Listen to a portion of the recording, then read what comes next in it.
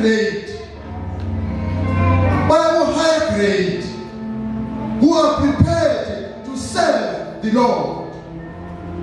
How to serve the Lord? Be found in the work of the Lord. Hallelujah. The message something else, man. And it's what it is all. If I was around,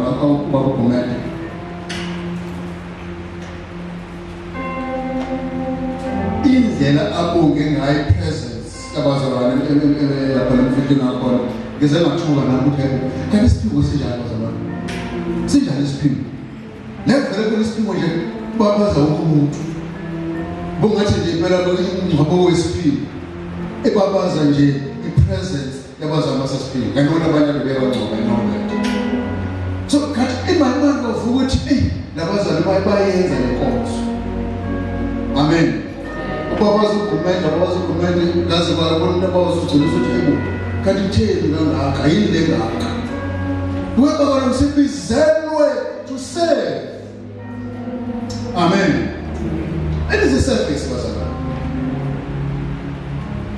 I-service izindlela ezahlukene umsebenzi obenqomenye service lena. Everybody can do that service. Amen. We are called to serve. Now, before we close, 21, 25. In the verse, beautiful again.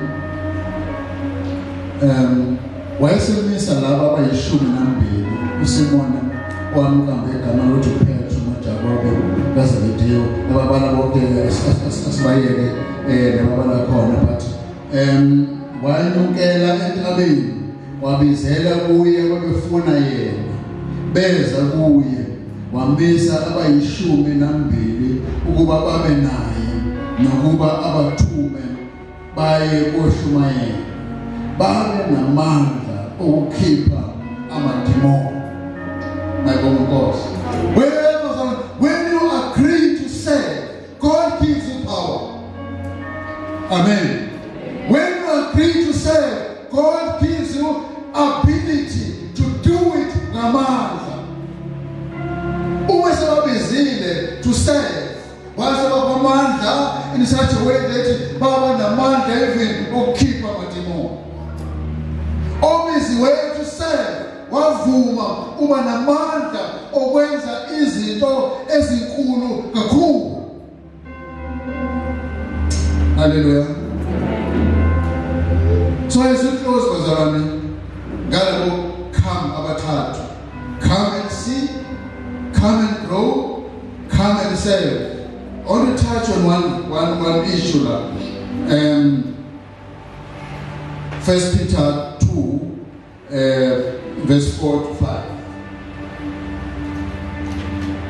Until I said unfold the 14 above.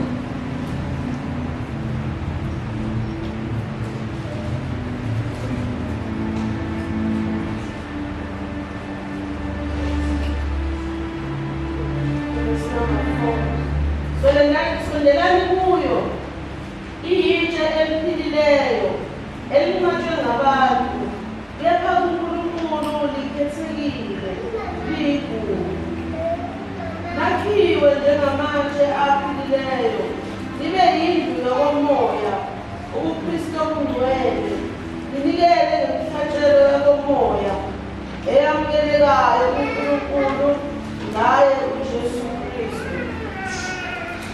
Look at the concept of commitment, bazalwane. Amen. Ngani commitment. When you are being called to come, wavuma. Called, wavuma ukushintshwa. Wavuma ukuthunywa. Amen. Inkosi uJesu iyamshipha bazalwane. Iyakulungisisa. Iyakwela. Yamolda, yawakha. Hallelujah. Kuna wewe ifundi hapa usavulanga mimi.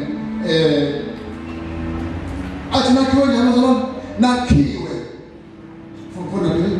Nakhiwe njengamatshe aphilileyo.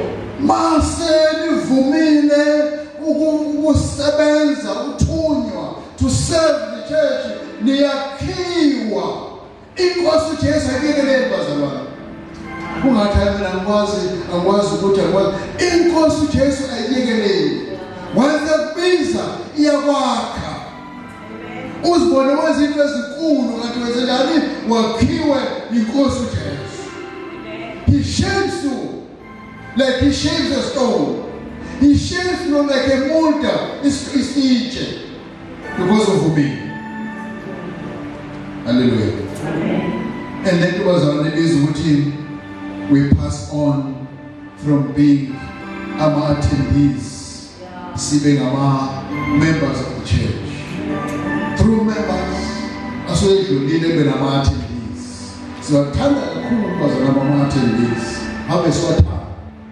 amen sawagona but we want to see graduation bazalwane amen graduation move from just being an attendee ube umntwana kaNkulunkulu ozovuma to serve the church and masovuma inkosi yakushape